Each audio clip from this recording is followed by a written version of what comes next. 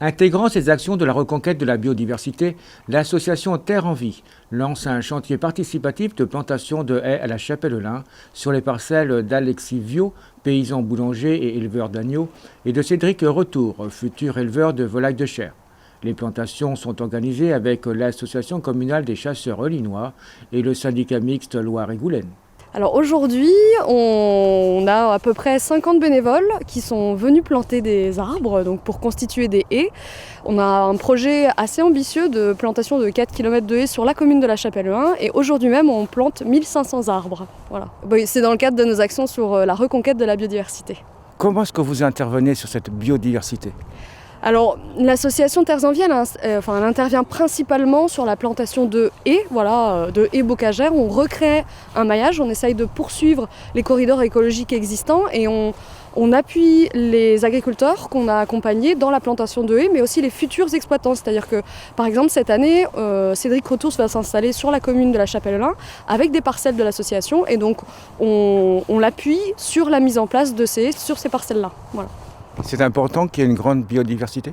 Bah oui, je pense que la biodiversité, elle a un intérêt pour tous, qu'on soit agriculteur, qu'on soit randonneur, on travaille aussi par exemple avec les chasseurs, bien évidemment, qui ont un intérêt également. Nous, on pense que la haie, c'est multifonction, elle sert à tous dans le cadre de cette biodiversité, comme puits de carbone, comme ressource durable aussi pour demain à protéger. Voilà.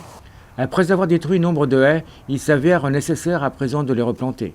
Elles sont importantes pour l'environnement et les écosystèmes. Alors les intérêts sont très nombreux. Ils sont à la fois pour le paysage, pour restructurer le paysage, d'un point de vue esthétique on va dire.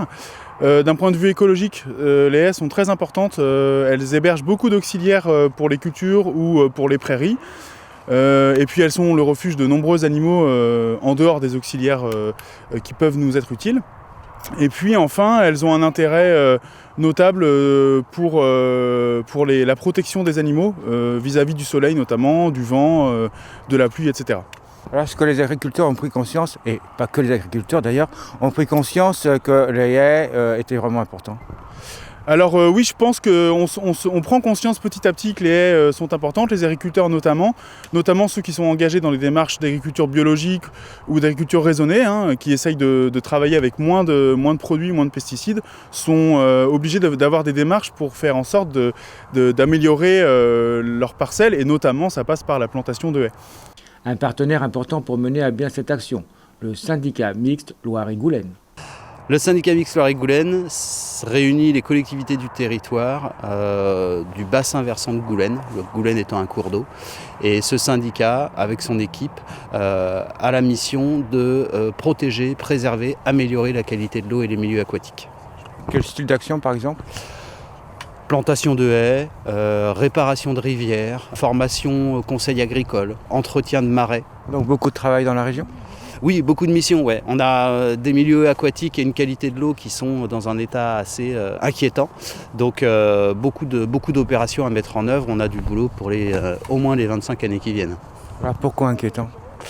Inquiétant parce que on a sur notre territoire une activité humaine entre l'urbanisme qui se développe, une agriculture dynamique, mais qui forcément utilise des engrais, des intrants, des produits, et tout ça finit in fine dans le cours d'eau. Et du coup, on a des milieux aquatiques qui sont abîmés. Alors, quelle est la raison de votre présence ici aujourd'hui ?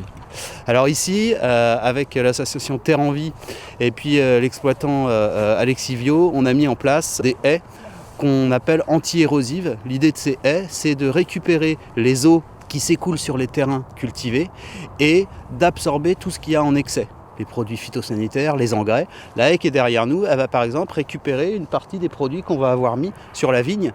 Et ces produits, au lieu d'arriver directement dans un fossé et directement dans un cours d'eau, ils vont être absorbés par les végétaux qui composent la haie. Et tout ça, bien sûr, est financé. Tout ça est financé par l'argent public. On a l'agence de l'eau qui récupère des redevances, qui les distribue sur des opérations. C'est un des gros financeurs du poste. Et on a la région qui intervient également, la région Pays de la Loire, qui contribue financièrement à financer tous ces plans et tous les planteurs qui, quand ils ne sont pas des bénévoles, assurent une prestation et viennent planter les haies. On sait à peu près le budget annuel? Nous, en gros, on a 30 000 € hors taxe pour planter un peu plus de 3 km de haies et aménager des mares qui servent aussi à améliorer la qualité de l'eau. Prochain rendez-vous le 30 janvier à 9 h à la Chapelle-Lin, à Royais, sur la ferme d'Alexivio, pour continuer la plantation des haies. Avis aux amateurs.